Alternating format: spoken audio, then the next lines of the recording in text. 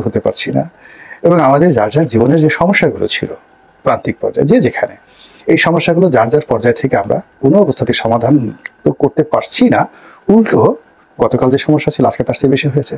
সেটা দ্রব্যমূল্য বলেন, সেটা অর্থের অবমূল্যায়ন বলেন, সেটা কর্মসংস্থান বলেন, মিল কারখানা ফ্যাক্টরির কথা বলেন, শ্রমিক অসন্তোষের কথা বলেন, ছাত্র অসন্তোষের কথা বলেন, শিক্ষাক্ষেত্রে যা কিছু আছে সব মিলিয়ে নাথিং গুড নিউজ।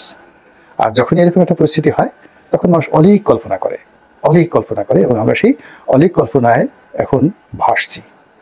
আল্লাহ আমাদের সবাইকে। দেশবাসী, আপনারা যে যেখান থেকে ভিডিওটি শুরু থেকে শেষ পর্যন্ত দেখেছেন আপনাদেরকে অসংখ্য ধন্যবাদ জানাই।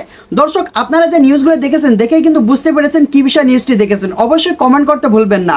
আর যারা এই ধরনের নিউজ লাইভ দেখতে পছন্দ করেন দেরি না করে এই চ্যানেলটি সাবস্ক্রাইব করে বেল আইকনটি অল করে দেবেন, তাহলে দেশের সকল আপডেট খবর, রাজনৈতিক খবর সবার আগে দেখতে পারবেন।